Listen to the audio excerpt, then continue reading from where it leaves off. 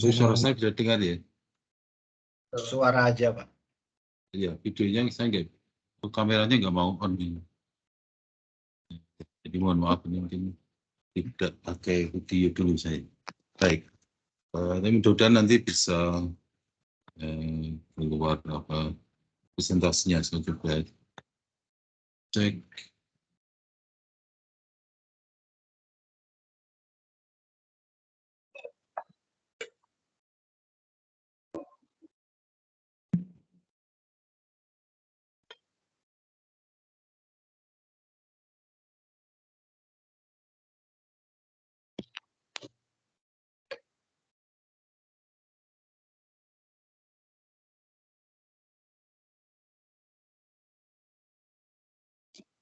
Bisa dilihat ya? Bisa, Pak.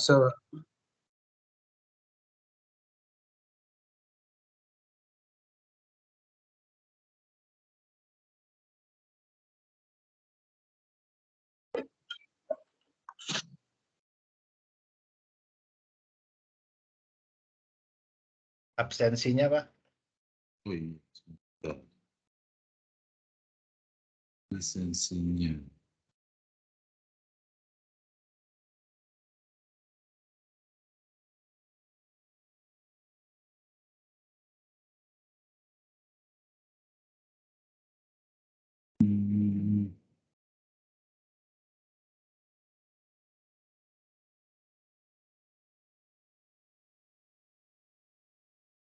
Bentar, ini saya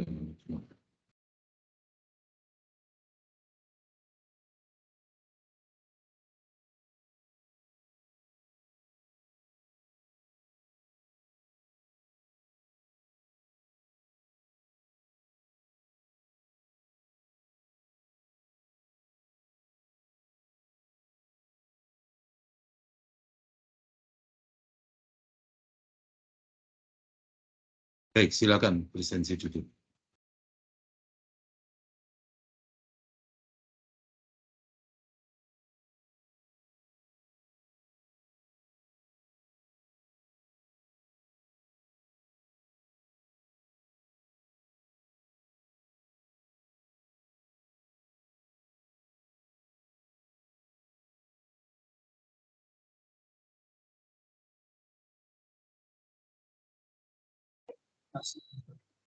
Sudah semua ya? Belum tiga. 2, 3, 4, sudah 4. Lisensi baru 1, 2, 3. Niko Litriano 2 kali. Ada yang belum?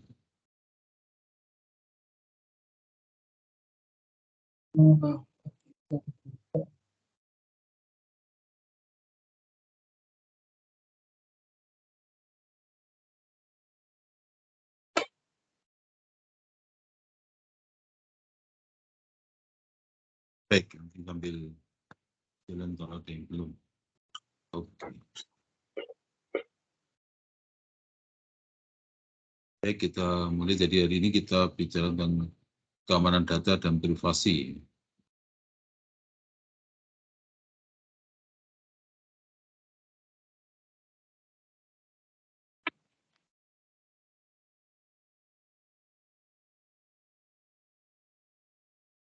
Ya, jadi di dalam sistem pemerintahan berbasis elektronik ini, karena berbasis elektronik, maka keamanan data ini menjadi sangat penting. Ya. Jadi penting karena memang kita menyelenggarakan layanan pertukaran data berbasis internet ya, yang artinya nanti bahwa ya data kita, informasi yang kita itu bisa diakses oleh orang ya, karena berada di jaringan publik. Oleh karena itu keamanan data dan juga nanti privasi ini menjadi hal yang penting, dan nanti kaitannya nanti dengan manajemen risiko, ya, kita ingin melihat manajemen risiko. Baik. Ya, jadi prinsip keamanan informasi, jadi pertama adalah confidentiality, kerahasiaan, jadi melindungi data dan informasi organisasi dari penyingkapan orang yang tidak berhak. Kemudian integritas, melindungi keutuhan data dan informasi organisasi dan modifikasi yang tidak sah. Jadi kalau tadi yang pertama confidentiality, kerahasiaan bahwa data yang informasi yang ada di organisasi ini memang harus dilindungi, jadi tidak boleh orang yang tidak mempunyai otoritas mengakses data tersebut. Kalau integritas ini melindungi keutuhan data, jadi jangan datanya nanti ada yang korup, ada yang hilang, dan seterusnya. Ya. Kemudian availability, jadi melindungi ketersediaan data dan informasi organisasi sehingga data tersedia pada saat dibutuhkan. Jadi data ini harus selalu tersedia setiap saat, gitu ya, saat dibutuhkan. Jadi saat kita butuh data tersedia. Nah, 3 hal ini yang menjadi prinsip dari keamanan informasi, ya. Jadi data harus jadi kerahasiaan, keutuhan data, dan ketersediaan data. Jadi ini kerahasiaan, keutuhan, dan ketersediaan data ini menjadi hal yang krusial di dalam keamanan informasi. Nah, mengapa kita harus aware atau harus aware terhadap keamanan informasi? Karena memang tren ancaman ini sangat atau tinggi dan semakin lama makin banyak, ya. Jadi kita lihat di tahun 2021 aja ada 1,6 miliar serangan siber, ya. Dan akhir-akhir ini Biorka ini sudah hack data dari berbagai informasi sistem yang ada di Indonesia, ya, dari data-data dari para petinggi negara dan seterusnya. Nah, sebenarnya ini kan tidak boleh, karena memang ya antara ini, ya, jadi kita punya tim, mungkin nggak tahu, Kominfo punya tim cyber, tetapi ya selalu antara pencuri dan polisi ini biasanya ya saling, dia punya satu langkah di depan gitu, ya. Sehingga memang ini, dan memang khususnya di pemerintahan ini data, perlindungan data memang masih belum membudaya dengan baik, artinya budaya aware terhadap security data memang belum tinggi. Ya mungkin yang tinggi itu terutama di perbankan, ya. Kalau sudah masuk ke, ya yang pernah saya masuki ke Bank Mandiri atau ke Bank Indonesia, perbankan, kemudian BNI ini sudah, ya, ini betul-betul aware terhadap data atau keamanan data. Dan perkembangan teknologi menyebabkan peningkatan cybercrime. Jadi memang ya itu yang terjadi. Kemudian dengan semakin tingginya tingkat ketergantungan proses bisnis organisasi terhadap TIK, ya. Jadi tingkat ketergantungannya menjadi makin lama makin tinggi, ya, terhadap TIK. Saat ini apalagi kita berbicara tentang SPBE.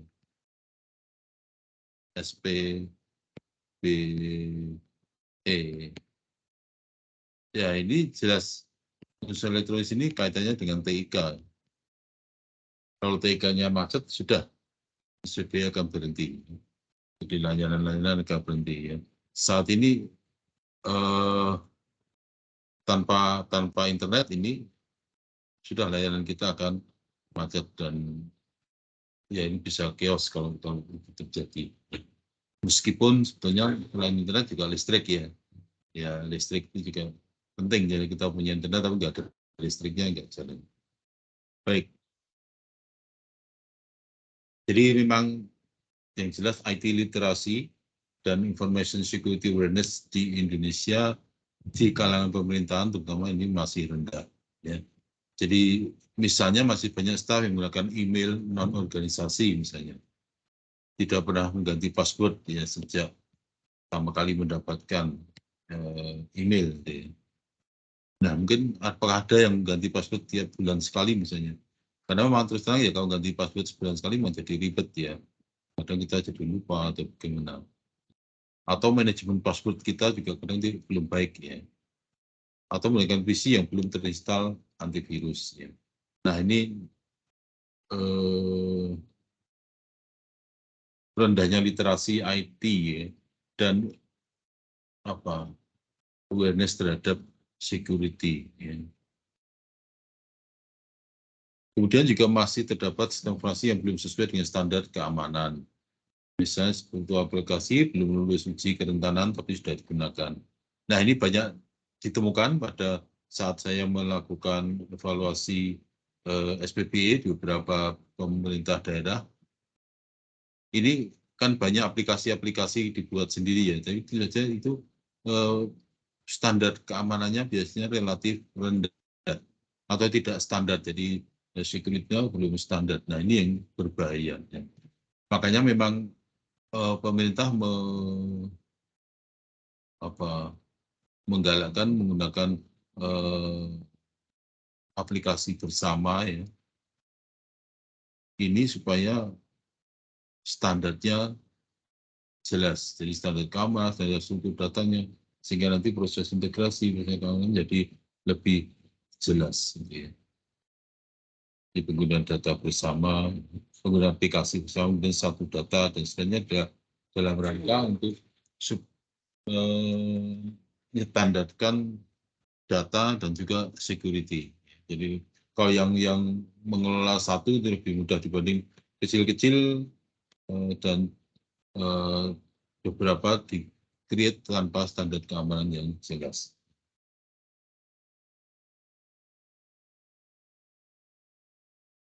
Ya, kira-kira lalu dampak gangguan keamanan informasi itu seperti apa?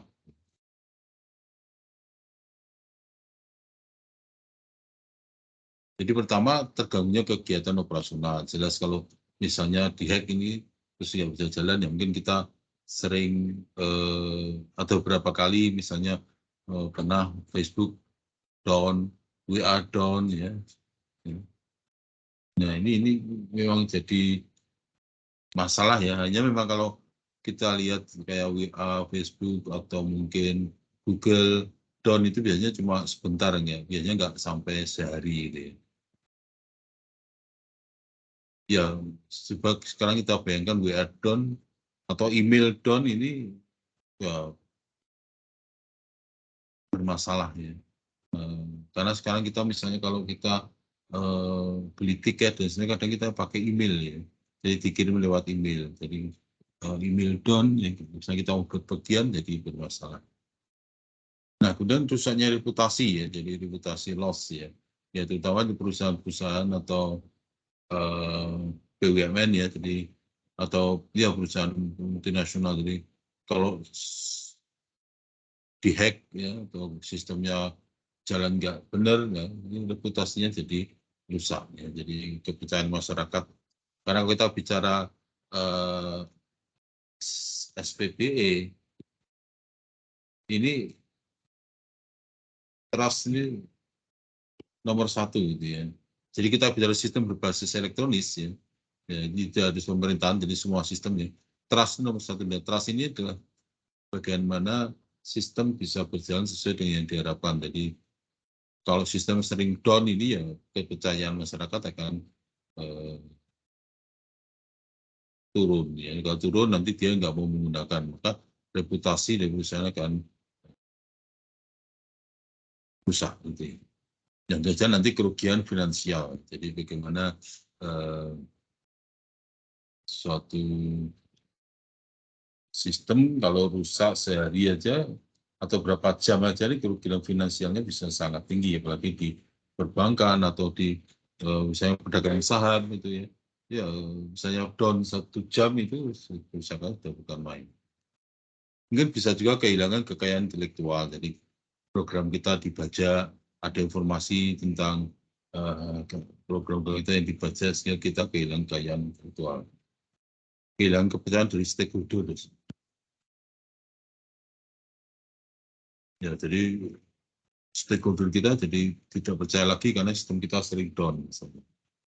Atau hilangnya peluang atau kesempatan. Ya. Jadi harusnya kita misalnya bisa melakukan transaksi, tapi karena listrik mati, maaf, karena sistemnya terganggu karena virus, karena dihack, maka ini peluang itu hilang. Atau bocornya rahasia negara atau organisasi, ya ini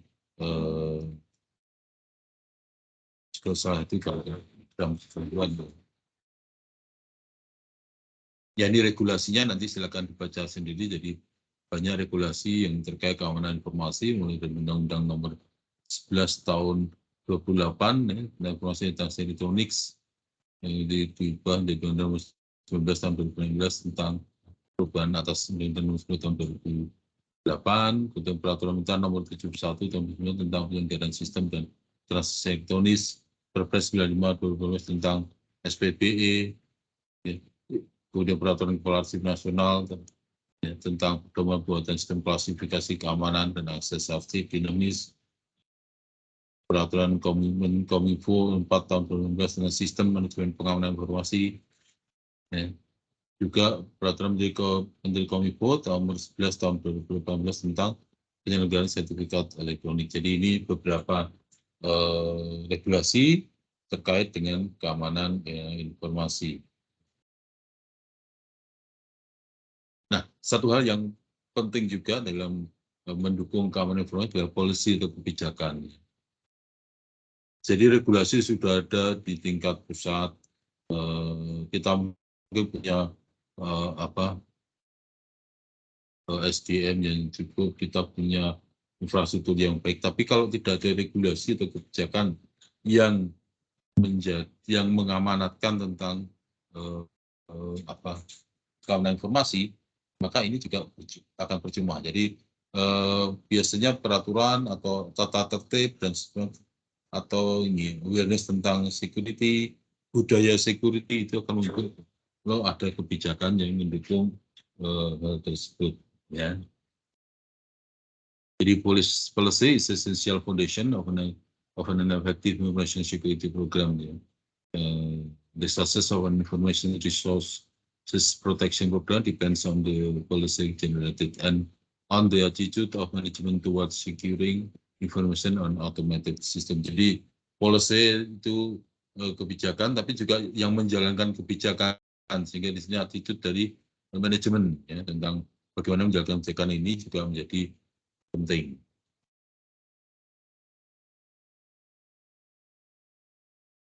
Jadi policy maker set the tone and emphasize on importance of information security. Jadi ya pembuat kebijakan ini yang akan mewarnai ya, dan berpenekanan tentang pentingnya informasi security.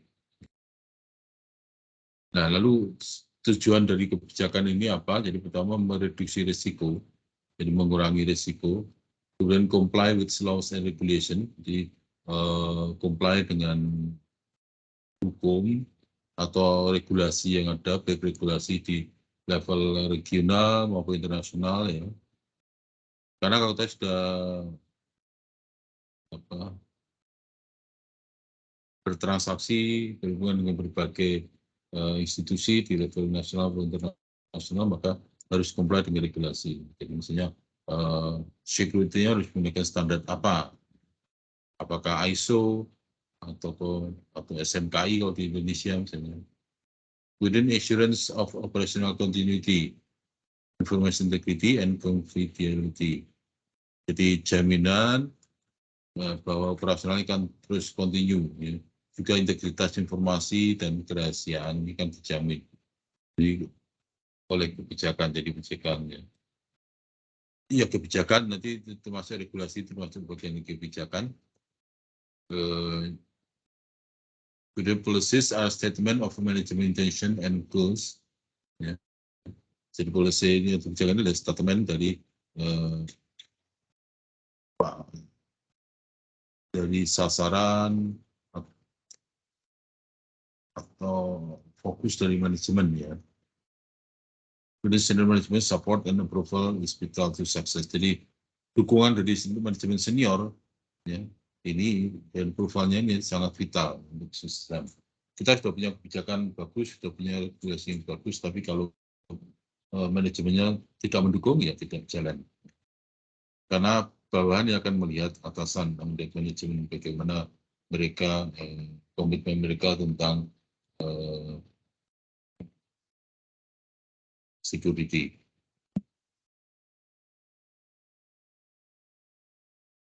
Ya, kemudian ini bagaimana jadi basic rules for shaping policy, jadi bagaimana kita membentuk suatu kebijakan. Jadi pertama, policy should never conflict with law. Jadi kebijakan tidak boleh berkonflik dengan hukum yang berlaku, hukum positif yang berlaku di satu daerah, satu negara. Ya. Jangan sampai polisinya bertentangan atau berseberangan dengan hukum. Policy must be able to stand up in a court if challenged. Ya.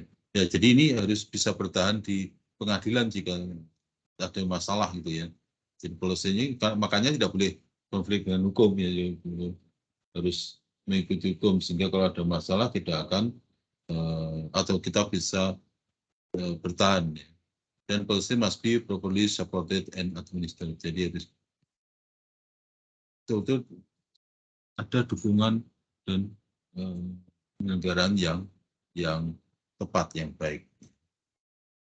Nah, ini types of information security policy, jadi ada enterprise information security program policy, ada issue specific information security policies, and system specific policies. Jadi ya kebijakan tentang security ada di level enterprise ya. Enterprise information security program policy, ada isu spesifik.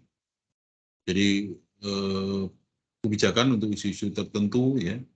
Jadi misalnya isu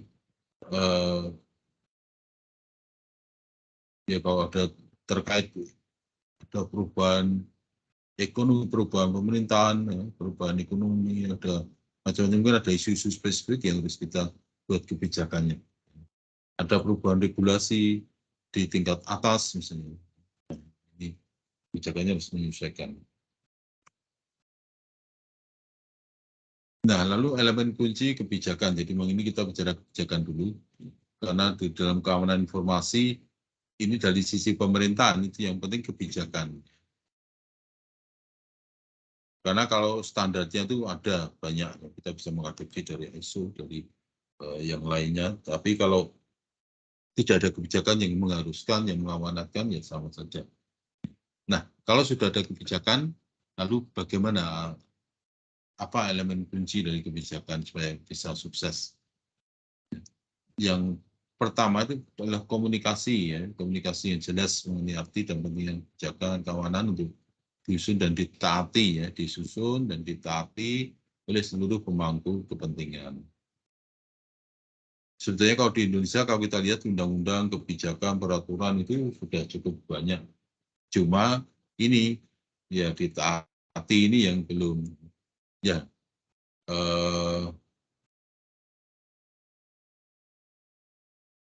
ya misalnya sekarang kita lihat tilang elektronik ya.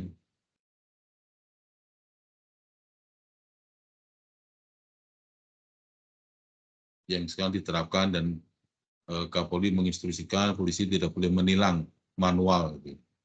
Nah, karena masyarakat kita itu kreatif, ya sekarang ada yang nomornya dicopot, karena polisi nggak boleh nilang ya. Jadi ya, terus sekarang banyak yang nekat, ya. Karena kebetulan kamera untuk tilang ini masih terbatas. Gitu. Ya, jadi ini karena tidak, ya ini apa ya? Masyarakat kita ini memang belum aware terhadap hal-hal atau regulasi atau peraturan atau disiplin terhadap peraturan ini yang sulit. Ya. Kemudian definisi yang jelas dan ringkas mengenai aset informasi apa saja yang harus diprioritaskan. Jadi aset informasi apa saja harus diprioritaskan untuk dilindungi dan dikelola. Jadi ada prioritas tertentu mana yang paling tinggi. Ya. Kalau dalam satu institusi misalnya di Dinas Kominfo misalnya, maka yang harus dilindungi ruang itu yang mana misalnya. Ya, misalnya ruang server itu yang prioritas paling tinggi misalnya. Kemudian penentuan ruang lingkup pemberlakuan kebijakan dalam bentuk kewenangan yang ada, bentuknya harus jelas. Kemudian jaminan ada sanksi, ini yang penting. Perlindungan dan penegakan hukum. Ya, ini yang di Indonesia masih belum berjalan dengan baik, kita penegakan hukum. Sehingga kadang aturannya jadi jelimet, jadi kompleks sekali. Padahal harusnya sederhana. Jadi, ya misalnya lampu lalu lintas ya, kalau nanti pas sore-sore jam-jam pulang kantor lewat di perempatan MM itu, ya, Jalan Kaliurang itu, ya itu kadang lampu traffic light-nya sudah merah tapi tetap jalan. Dan polisi kadang juga diam saja. Jadi masyarakat kalau tidak ada sanksi yang jelas, penegakan hukum jelas, ya ini. Di Indonesia ini begitu, jadi disiplin karena tidak ada sanksi. Dan ini yang paling sulit ya, jadi sanksi ini yang paling sulit ya, ditegakkan karena memang budaya kita, budaya ini tidak tegaan gitu. Jadi tidak tegas. Nah, ini peran kebijakan keamanan informasi itu seperti apa? Jadi untuk mendefinisikan dan memetakan secara detail aset informasi apa saja harus dilindungi dan dikelola dengan baik. Untuk mereduksi atau mengurangi risiko yang dapat ditimbulkan karena adanya penyalahgunaan sumber daya fasilitas perusahaan yang terkait dengan manajemen dan pengolahan data dan informasi. Insiden yang menyebabkan hilangnya data penting, tersebarnya informasi rahasia, dan pelanggaran terhadap hak cipta. Artinya pelanggaran terhadap hak akses pengguna informasi tertentu sesuai dengan hak dan undang-undang. Nah, ini 3 hal yang harus dilindungi supaya bisa mereduksi dan mengurangi risiko. Ya, kadang kita menggunakan sumber daya yang ada perusahaan, ya, seharusnya untuk perusahaan digunakan untuk pribadi dan seterusnya. Nah, ini hal-hal yang masih berjalan. Ya, kemudian tujuan sama jadi memproteksi dan melindungi sumber daya sistem dan teknologi informasi organisasi dan beri penyalahgunaan wewenang akses. Menangkis serangan atau dakwaan hukum dari pihak lain terkait dengan insiden keamanan. Jadi kalau kita bicara di level kebijakan, maka kita perlu bisa menangkis dakwaan hukum dari pihak lain terkait dengan insiden keamanan. Maka yang tadi kebijakan itu harus tidak boleh konflik dengan hukum. Kemudian memastikan integritas dan keutuhan data yang bebas dari perubahan dan modifikasi pihak yang tidak berwenang. Ya, ini tujuan kebijakan keamanan informasi.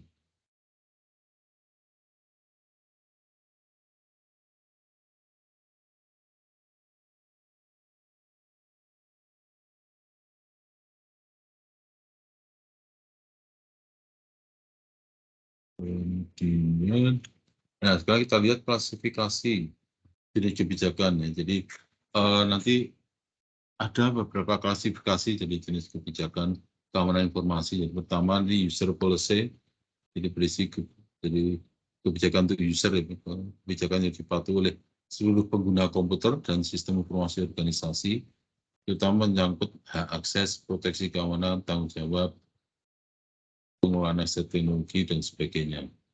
IT policy, jadi ini kebijakan tentang IT. Jadi ini khusus bagi mereka yang bekerja di Departemen Divisi Teknologi Informasi. Ya. Jadi terkait pelaksanaan tata kelola keamanan informasi, ini mekanisme backup, tata konfigurasi server misalnya, hubungan terhadap pengguna, manajemen helpdesk, penanganan insiden. Kemudian ada general policy, ini membahas masalah umum menjadi tanggung jawab bersama seluruh pemangku kepentingan, misalnya dalam mengelola keamanan informasi pada saat terjadi manajemen kritis, serangan penjahat cyber, bencana alam, kerusakan sistem, dan sebagainya. Jadi sudah ada kebijakannya. Jadi kalau terjadi sistem dihack harus bagaimana? Ini kebijakannya sudah ada. Kalau ada serangan cyber, lalu kalau ada bencana alam, itu harus bagaimana. Kemudian partner policy, kebijakan secara khusus dibentukkan bagi level manajemen untuk pimpinan puncak organisasi aja.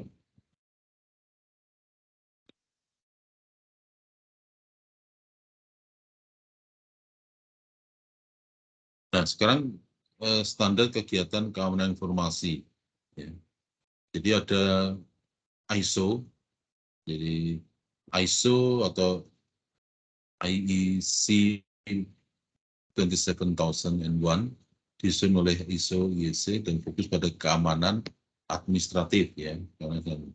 Ada sisa Certified Information System Auditor.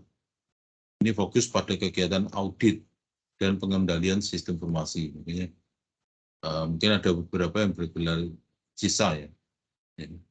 Jadi certified, karena memang Certified Information System Auditor. Jadi auditor sistem informasi yang tersertifikasi atau sertifikasi bagi auditor sistem informasi.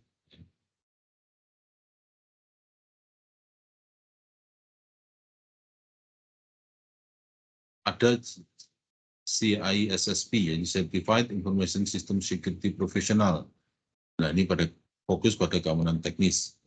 Ada CRISC, yaitu Certified in the Governance of Enterprise IT, pada tata kelola Enterprise IT. Ada CGEIT, Certified in Risk and Information System Control, ini pada pengendalian risiko dan sistem informasi. Jadi keamanan ini macam-macam sebetulnya ya, kegiatan keamanan informasi. Jadi, nah yang kalau kita bicara SMKI dan sebagainya lebih fokus ya, karena menggunakan basisnya ISO 27000 ya, dan turunannya, makanya maksudnya fokus pada keamanan administratif saja. Nah, untuk kalau fokus ke audit kita bisa pakai CISA. Kalau kartu keamanan teknis bisa pakai CISSP dan seterusnya. Ya, kemudian kita lihat kebijakan, standar, dan praktek. Ya. Jadi sini policies are sanctioned by senior management. Ya. Jadi nanti ada policy ini mendrive standar. Jadi kebijakan ini maka menentukan standar apa yang harus digunakan. Ya. Jadi apakah kita akan menggunakan standar? Jadi kalau tadi apakah akan menggunakan ISO atau CSSP atau sisa atau yang lain?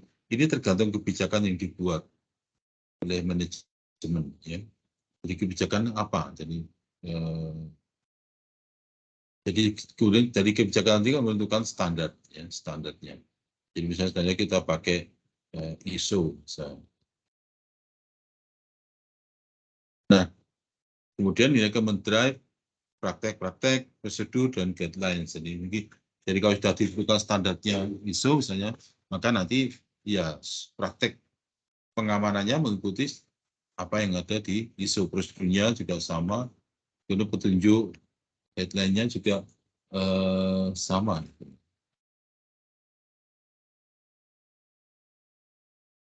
Ya, jadi ini kira-kira policy jadi penting karena kita bicara keamanan informasi, maka policy-nya bagaimana dulu ya, karena ini nanti menentukan standar. Ya, standar nanti menentukan praktek dalam operasional pengamanan informasi sehari-hari, termasuk nanti SOP-nya, guideline-nya, dan seterusnya.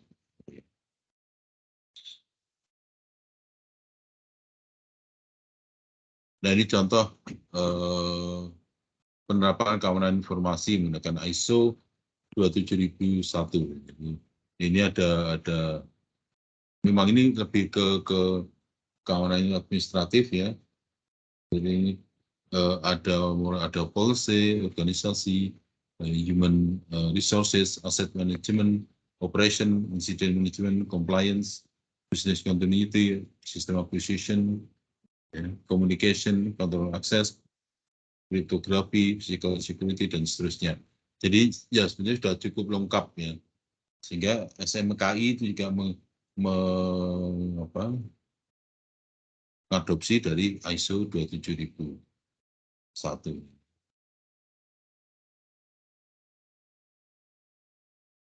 Ya, ini kalau kita lihat seri ISO 27000 series ini, jadi ISO 27000 ini bicara overview, introduction, and glossary of terms of 27,000 series.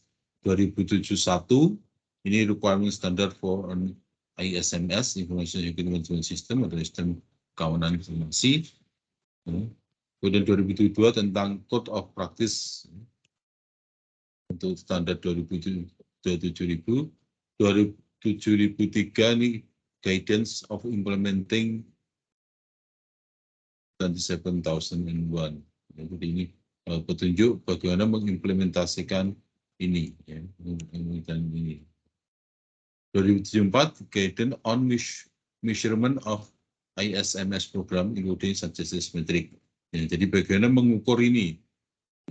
Jadi kalau kita sudah menggunakan ini standar requirement-nya dari sistem informasi, sistem manajemen keamanan informasi ini seperti apa, nanti harus kita ukur apakah sudah sesuai atau belum. 2005 ini bicara tentang manajemen risiko. Jadi manajemen risiko dari sistem informasi yang ada. Kemudian 2006 ini Guide to ISO 27,000 Certification Process. Jadi kalau kita ingin mendapatkan sertifikasi ISO 27.000 ini apa nih, ada di seri 27.006 ini. Jadi ini prosesnya akan diberikan. Kemudian 27.007 dan 27.008 ini Guide to Auditing the ISMS Program and Control. Jadi ini untuk auditnya, bagaimana melakukan audit. Jadi di ISO ini kita sudah bisa melakukan audit. Ya, jadi ini sudah cukup lengkap, ya, mulai dari standar yang digunakan, bagaimana prakteknya, implementasinya, ya, sampai bagaimana proses untuk mendapatkan sertifikasi dan bagaimana mengaudit. Ya, ini hubungan antara standar kira-kira ini. Jadi yang 2007 ini bicara tentang terminologi, ya. Ya, artinya ini overview and vocabulary. Ya. Nah, kemudian ini ada persyaratan umum ini di 27.001 dan 27.006, ini tentang requirement 27.001, dan yang 6 tentang certification body requirements. Jadi requirement dari lembaga sertifikasinya harus seperti apa. Kemudian panduan umum ini ada di 27.002 tentang Code of Practice, dari 27.003 tentang petunjuk implementasi, yang 4 tentang pengukuran, 27.005 tentang manajemen risikonya, dan 27.007 tentang petunjuk auditnya. Nah, ini kira-kira keluarga dari SMKI, ya, Sistem Manajemen Keamanan Informasi. Jadi Sistem Manajemen Keamanan Informasi itu mengacu ke ISO.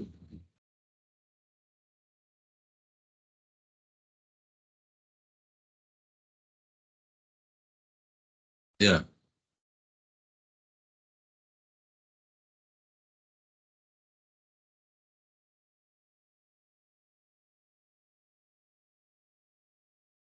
Ya, kemudian ini ada indeks kami, dan menggunakan aplikasi berguna sebagai bantu untuk melakukan asesmen dan evaluasi tingkat kesiapan penerapan keamanan informasi. Berdasarkan kriteria SNI, ISO atau IEC 27001. Ya. Jadi ada tata kelola, pengelolaan risiko, kerangka kerja, pengelolaan aset, aspek teknologi dengan suplemen pengamanan pihak ketiga, penyedia layanan, ya, pengamanan layanan infrastruktur awan, dan perlindungan data pribadi. Ini ada di sini.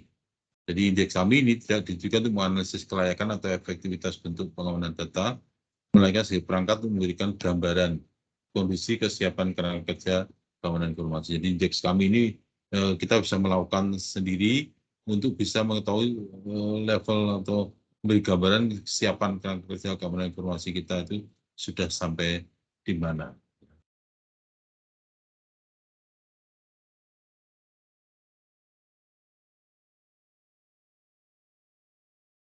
Ya, ini indeks kami. Jadi ini dari BSSN, ya.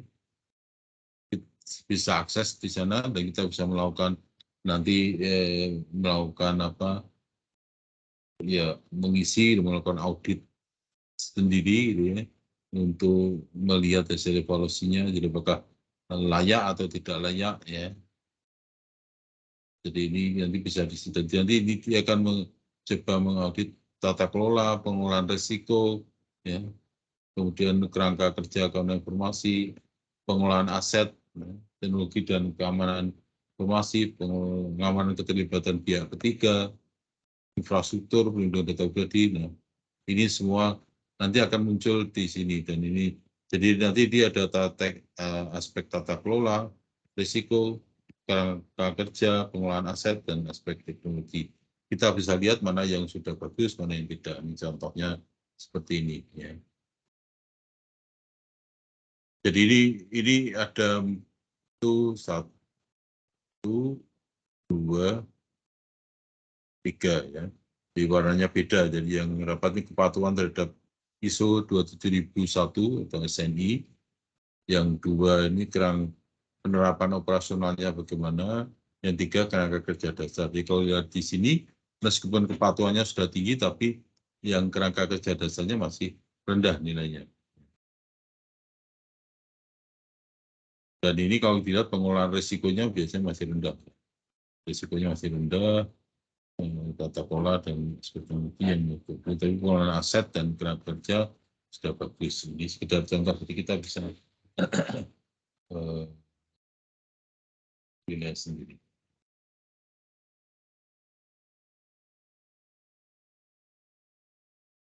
Ya, ini penilaian indeks AMI, ya. Jadi tingkat kematangannya nanti ada 5 level sama seperti di SPP, ya. Jadi tingkat 1 itu kondisi awal, tingkat 2 penerapan kerangka kerja, tingkat 3 terdefinisi dan konsisten, tingkat 4 terkelola dan terukur, tingkat 5 itu optimal.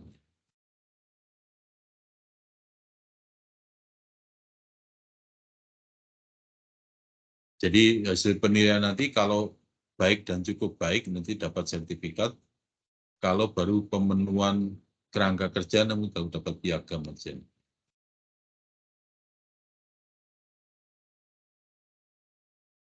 Oke, ini contoh indeks kami yang bisa dilihat sendiri, dicek.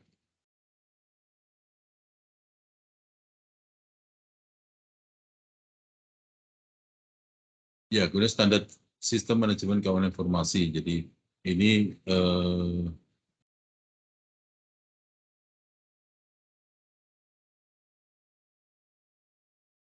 jadi yang ini tuh tahun, ya. Jadi ini tahunnya ISO 2007 tahun 2012 review introduction procedure terms of for the 27,000 series.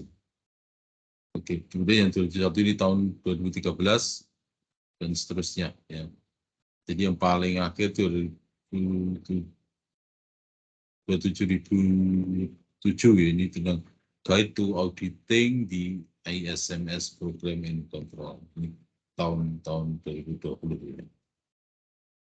Ya, ini SMKI, Standar atau Sistem Manajemen Keamanan Informasi.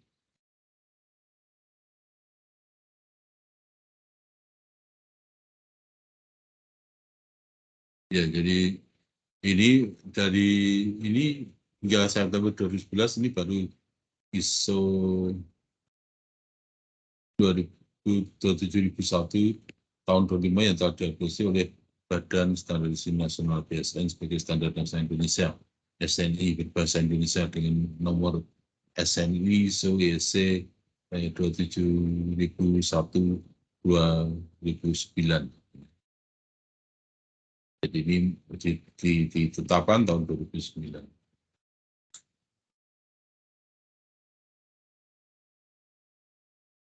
Ya, dalam sistem manajemen keamanan informasi ini ada peta PDCA, jadi Plan, Do, Check, Action. Jadi ini PDC atau Plan, Do, Check, Action. Jadi Plan ini menetapkan SMKI.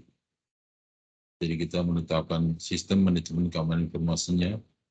Jadi sasaran, proses, prosedur, dan seterusnya. Dan Do-nya menerapkan. Tapi ditetapkan, itu diterapkan, dioperasikan, diimplementasikan, dioperasikan. Jadi untuk kebijakan SMKI diterapkan. Jadi cek ini memantau dan melakukan tinjau ulang. Jadi setelah diterapkan kita pantau, jadi kita kaji, kita ukur kinerja prosesnya.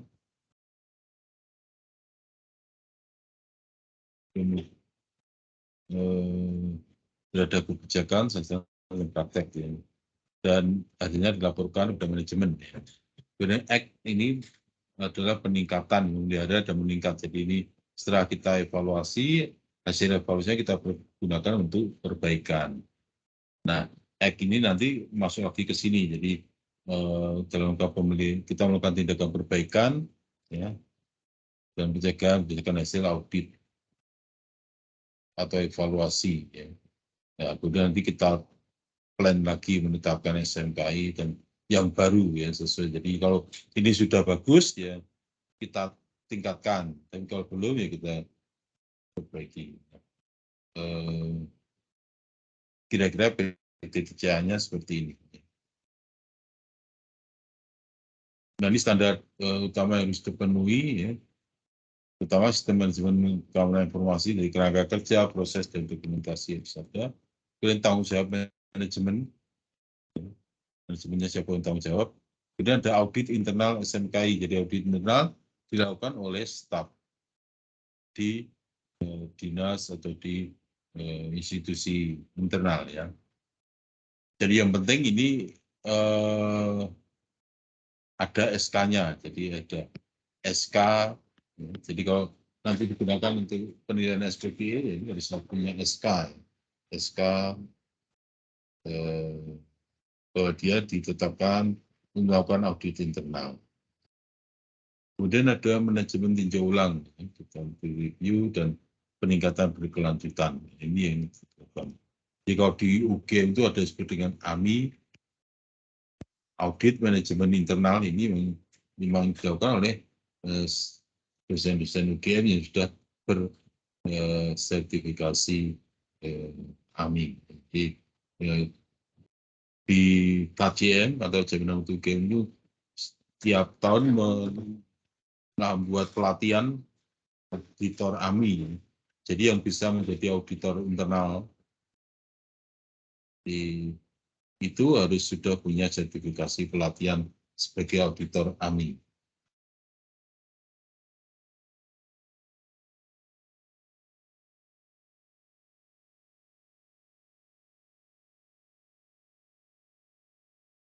Nah, kalau kita lihat struktur dokumentasi SMKI, jadi tingkat 1 ada kebijakan dan standar. Jadi kita lihat bahwa kebijakan dan standar ini jadi satu hal yang penting. Ya. Karena jangan sampai kita melakukan sesuatu tanpa ada tumpuan hukumnya. Jadi kebijakan ini sebagai landasan hukum ya, landasan hukum ya, landasan hukumnya.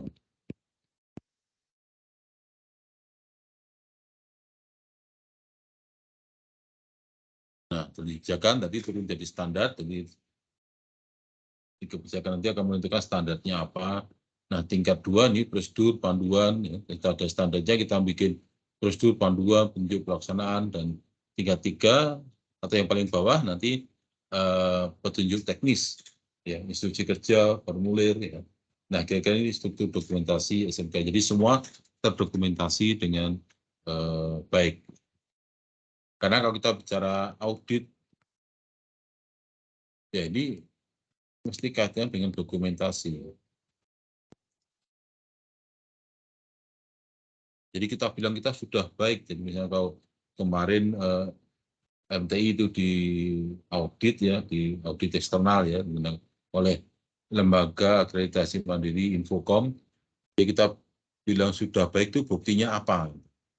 Nah itu buktinya apa? Ya, buktinya dokumentasi itu harus jelas.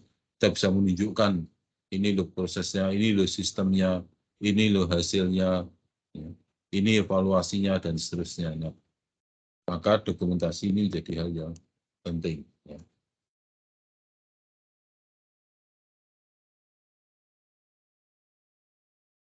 Ya, sekarang kita lihat penyelesaian antara SMKI dan proses manajemen risiko keamanan.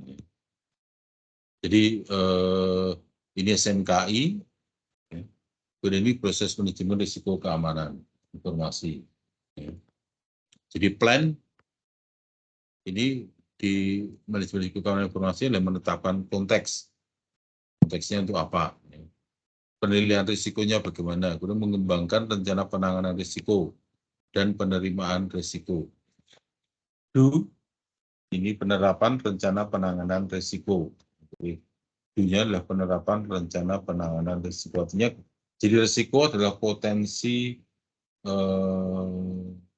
ya risiko bahaya, ya potensi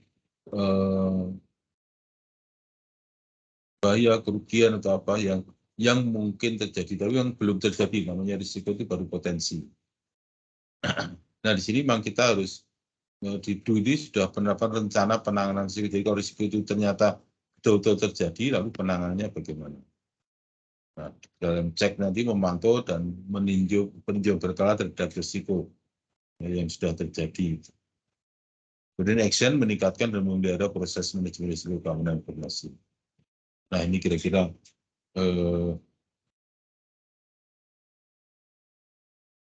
penyelesaian antara SMKI dan proses manajemen risiko. Jadi manajemen risiko ini juga menjadi satu hal yang nanti penting. Ya. Karena kalau kita bicara keamanan itu kita bicara risiko, risiko keamanan, risiko dihack. Meskipun sekarang belum, tapi potensi dihack ada. Potensi server kena virus juga mungkin ada. Ya. Hanya nanti seberapa besar, seberapa sering, ya, seberapa besar dampaknya. Nah ini yang ada di manajemen risiko. Kita harus melakukan identifikasi, analisis, dan seterusnya.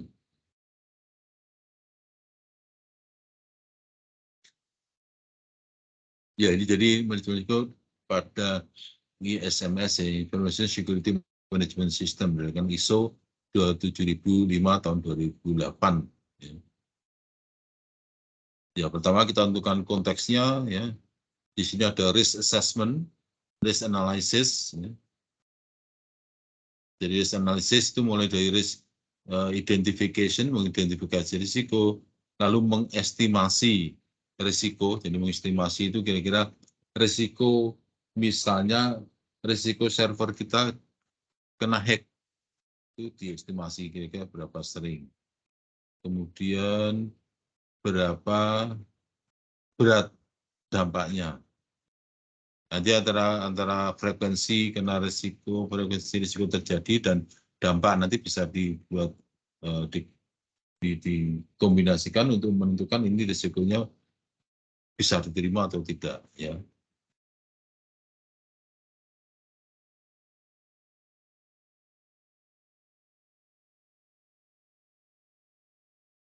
Nah, kemudian jadi ini yang analisis, ya, kita analisis itu untuk melihat, mengidentifikasi dan mengestimasi terjadinya risiko.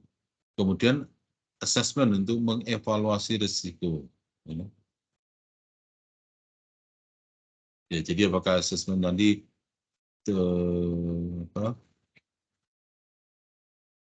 diterima atau tidak, ya ini tergantung ini. Ya. Jadi satisfied dari kepuasan terhadap assessment-nya sejauh mana. Nah, kemudian risk treatment, jadi bagaimana kita men-treat atau melakukan mitigasi terhadap risiko. Jika terjadi risiko, ini kita sudah siap apa yang harus dilakukan. Ini risk treatment, jadi berdasarkan tadi kita sudah tahu identifikasi risiko, kita tahu kapan terjadi, berapa berat, artinya apa yang akan kalau dihack, apa yang terjadi, dampaknya apa saja, seberapa berat. Ya. Ini kita evaluasi dan akhirnya kita bisa kalau terjadi, kalau tidak jadi ya nggak apa-apa, kita penetapan lagi. Kalau terjadi, ya kita lakukan restreatment-nya. Dan ini nanti harus dikomunikasikan, jadi ada risk communication ya. Dikomunikasikan, sekaligus risk monitoring and review, jadi kita monitor dan kita review. Nah, ini risk decision point 1 ini adalah ini. Yang point 2 ini tadi kalau sudah dimitigasi, maka ini risk acceptance ya, jadi kita sudah bisa menerima risiko tersebut. Ya. Nah, kira-kira ini skema bagaimana manajemen risiko keamanan informasi dilakukan.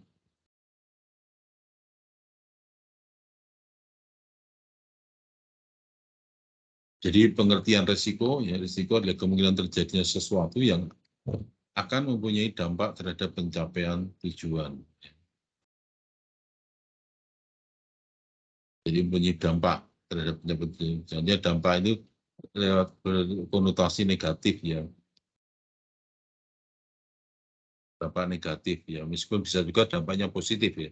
Jadi kalau kita bicara risiko berarti umumnya dampaknya negatif.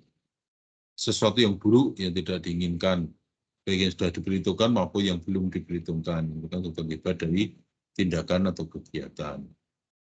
Jadi risiko adalah kemungkinan threats atau ancaman untuk mengeksploitasi vulnerability atau kerentanan yang ada pada aset.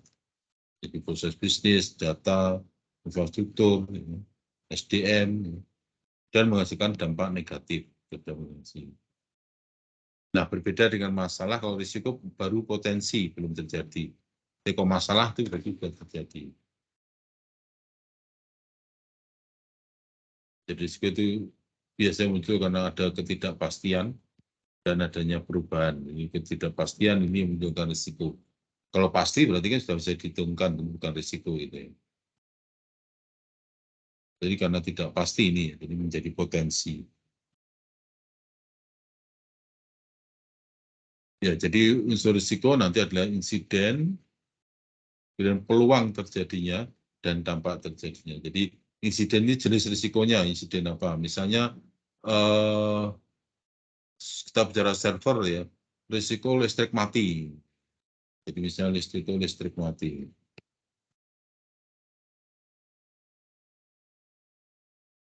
Nah, peluang terjadinya berapa? Jadi misalnya terjadinya 1 kali dalam seminggu misalnya. Lalu dampaknya bagaimana? Jadi ini peluang jadi itu frekuensinya ya. Dampaknya apa? Jadi kalau listrik mati terdapat di server, lalu dampaknya apa? Ya, dampaknya nanti bisa ringan, sedang atau berat. Ya. Jadi kalau ini di perbankan ini dampaknya berat itu, bisa kerugian finansial cukup besar ya.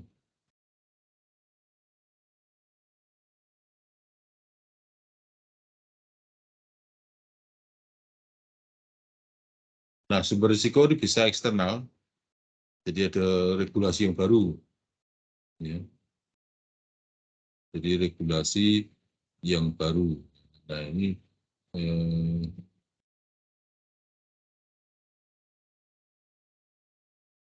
jadi misalnya ya contoh sederhananya kita mau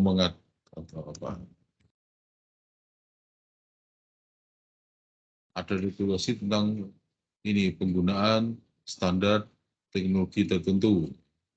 Ya, yang mengharuskan kita harus mengganti server misalnya, itu regulasi yang baru. Ada perkembangan teknologi.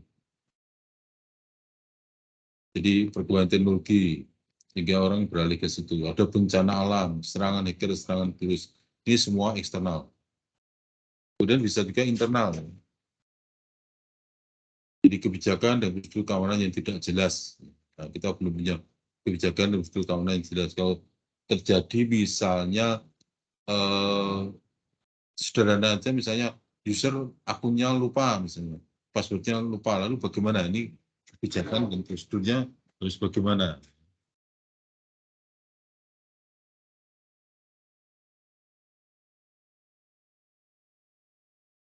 atau suasana kerja yang tidak kondusif, sumber daya manusia yang tidak kompeten.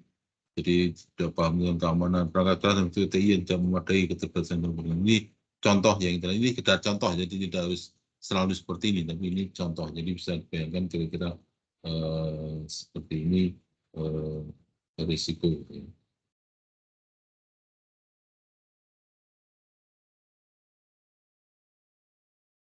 Nah, risiko keamanan informasi ini, informasi TI punya peran yang sangat besar dalam organisasi, karena itu dampak risiko keamanan informasi juga besar. Ya. Jadi sebagian besar risiko TI ini disebabkan karena masalah teknis, namun karena kegagalan proses pengawasan dan tata kelola TI organisasi. Jadi jarang misalnya risiko karena CPU-nya rusak, ya meskipun itu ada. Jadi kalau dibandingkan dengan kena hack misalnya, itu lebih sering kena hack dibanding CPU-nya rusak misalnya, atau mainboard-nya rusak. Jadi bukan masalah teknis, ya, ini masalahnya karena tata kelola IT yang kurang baik. Kemudian penyebab kelemahan manajemen risiko keamanan informasi. Jadi mengapa risiko manajemen keamanan informasi kita masih lemah? Karena tata kelolanya yang tidak efektif. Tidak efektif itu artinya apa? Apa kira-kira tidak efektif? Tata kelolanya sudah ada, jadi kita sudah punya SOP, sudah punya prosedur, tetapi tidak efektif. Karena apa? Karena tidak ada sanksi yang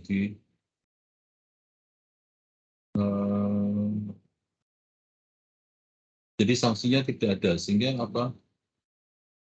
Ya sudah, orang melanggar aja gitu, karena tidak ada sanksi. Atau kompleksitas yang tidak terkendali, jadi kita menyambung macam-macam makin naik kompleks, jadi malah tidak bisa, tidak, kadang kita bingung sendiri, tidak terkendali. Atau kurangnya kesadaran terhadap risiko keamanan informasi. Ini beberapa hal yang terjadi pada risiko keamanan informasi. Nah, kalau kita lihat bagaimana menghitung risiko, ya, jadi likelihood per frekuensi kali impact. Ya.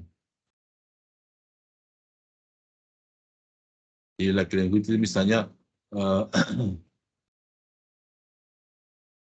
aset vulnerability, jadi kerentanan aset misalnya, atau ancaman, ya. Risikonya itu berupa apa? Jadi risikonya berupa aset. Jadi ini kerentanan di aset, ancaman, ya. Kemudian impact, dampak. Jadi itu dampaknya apa? Jadi nanti risiko itu bisa kita hitung dari jenis risikonya, likelihood-nya apa, kemungkinan terjadinya apa, atau potensinya apa, kemudian frekuensi terjadinya kali impact atau dampaknya. Nah, ini nanti yang akan kita gunakan untuk kontrol, jadi kontrol bagaimana mengendalikan atau mengontrol supaya apa risiko ini bisa turun atau diminimalkan. Dan kalau dihilangkan biasanya sulit, tapi kalau diminimalkan masih mungkin. Ya, lalu kalau kita bicara manajemen risiko, ini pertama adalah proses identifikasi, analisis, dan antisipasi risiko secara proaktif. Jadi bertujuan untuk memaksimalkan dampak positif atau peluang dan meminimalkan dampak negatif atau kerugian. Jadi ini kalau kita bicara analisis SWOT, ini kan di sini ada strength, kemudian ini ada weakness, ada threats, ancaman, dan opportunity atau peluang. Ya. Jadi kita meminimalkan ancaman dan memaksimalkan peluang. Ini manajemen risiko. Ya. Karena semakin tinggi risiko, biasanya peluangnya juga makin tinggi. Ya. Oke, kira-kira ini bagian dari risiko. Meskipun nanti sebenarnya kami masih, kalau kita bicara analisis risiko ini cukup panjang.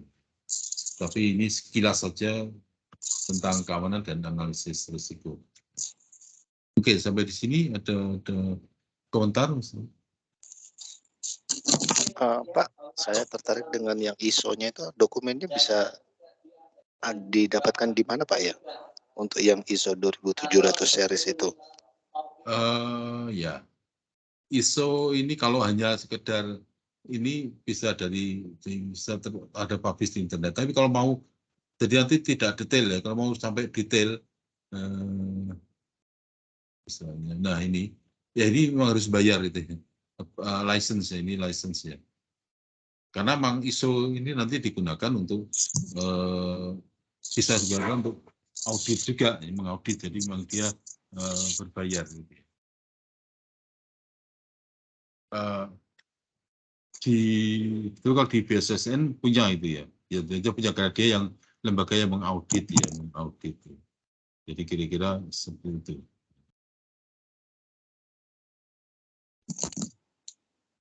Jadi ini masih harus berbayar. Gitu.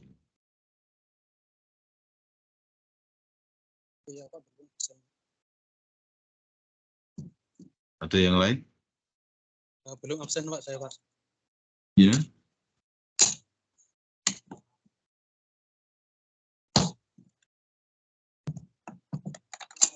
Ada yang belum absen Pak. Oh, belum absen. Sebentar.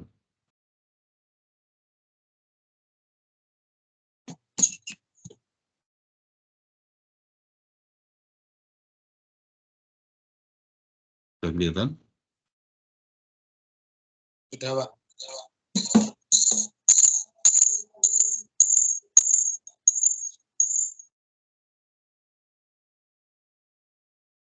Oke.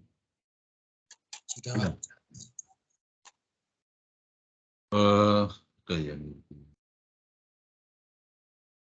Jadi ini tentang risiko ya, ini untuk bisa di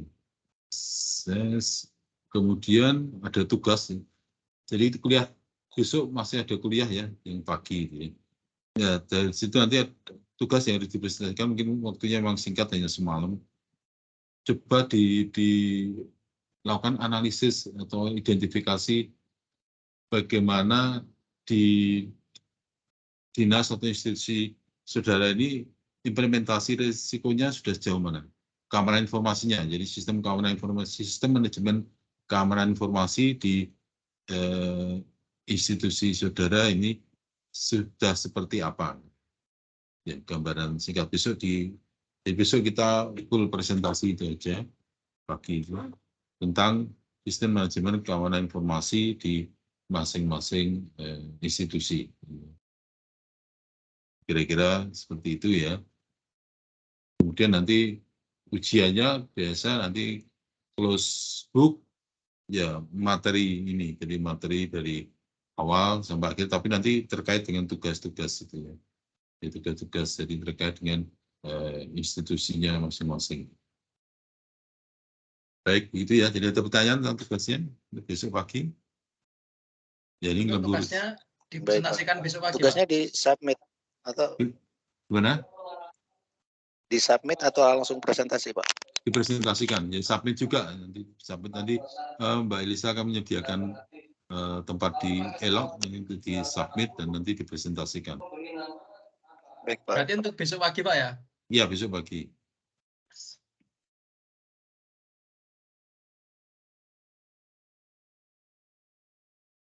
Masih ada yang lain? Nggak ada Pak. Baik, kalau tidak ada, terima kasih atas kehadirannya. Besok kita hadir luring ya, presentasinya secara luring. Baik, terima kasih. Saya akhiri. Assalamualaikum warahmatullahi wabarakatuh.